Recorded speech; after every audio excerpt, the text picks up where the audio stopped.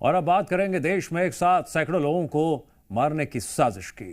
हम बात कर रहे हैं रेल टेरर की।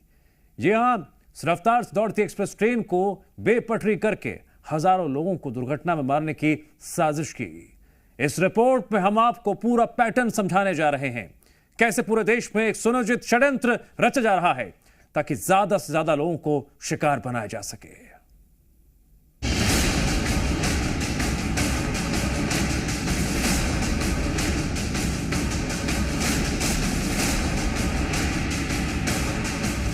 आतंकियों के आरडीएक्स धमाके की जद में कितने लोग आएंगे?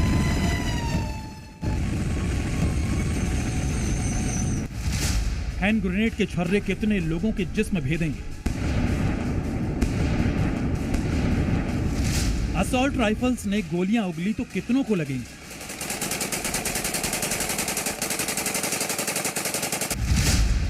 बम ब्लास्ट में एक साथ कितने लोग शिकार होंगे? और सुपरफास्ट या एक्सप्रेस ट्रेन डिरेल करने की साजिश कामयाब रही तो हादसा कितना बड़ा होगा, कितने मरेंगे, इसका सही आकलन मुश्किल है, पर यह सैकड़ों तक पहुंच सकता है।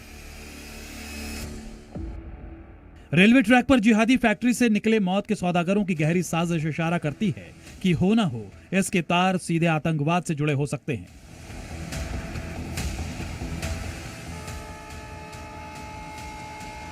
ये जिहाद नहीं, आतंकवाद है। रेल ट्रैक पर जिस तरह से वारदात हो रही हैं, वो भी एक फुल प्रूफ प्लानिंग के साथ, वो अपने आप में बता रहा है कि कोई आतंकी संगठन इसके पीछे काम कर रहा है। क्योंकि जितनी भी वारदात हुई उसमें कभी भी कोई पीछे सबूत नहीं छूटा और कोई बड़ा आतंकी संगठन ही बिना सबूत छोड़े इस तरह की वारदात को अंजाम दे सकता है। ट्रेन को डिरेल करने की साजिश के पैटर्न को देखेंगे तो तीन बातें एक जैसी दिखेंगी।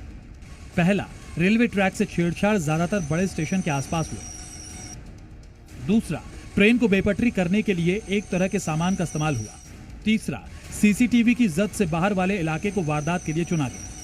ट्रेन को बेपटरी करने के लिए ऐसे सामान का इस्तेमाल हुआ जो कि लोकल लेवल पर आसानी से मिल जाएं, किसी को कोई शक ना हो। और ये हथियारों को पटरी तक पहुंचाने के लिए जिहादी गैंग के लोग भी शहरों में आसानी से मिल जाएं।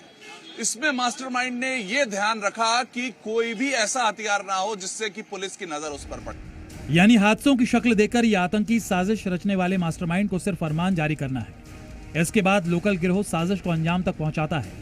आतंकियों को उसे हथियार पहुंचाने की भी जरूरत नहीं है। वो लोहे का सरिया, सिलेंडर, लकड़ी के बॉल, फिश प्लेट को खोलकर ही सैकड़ों लोगों को शिकार बनाने की साजिश रच रहे हैं। पिछले 36 घंटे में हुई ऐसी साजिश को देखिए तो बठिंडा दिल्ली रेल लाइन पर रेलवे ट्रैक पर सरिया रखकर ट्रेन पलटाने की कोशिश हुई। कानपुर देहात के रेलवे ट्रैक पर गैस सिलेंडर पाया गया। इससे टकराने के बाद कोई भी बड़ा हादसा हो सकता था। एक दिन पहले भी कानपुर से प्रयागराज जा रही मालगाड़ी को डिरेल करने के लिए प्रेमपुर स्टेशन के पास पटरियों पर 5 किलो का सिलेंडर रखा गया। 8 सितंबर को कानपुर में कालिंदी एक्सप्रेस को पलटाने की कोशिश हुई थी। कासगंज रूट पर एक भरा हुआ गैस सिलेंडर रखा गया था।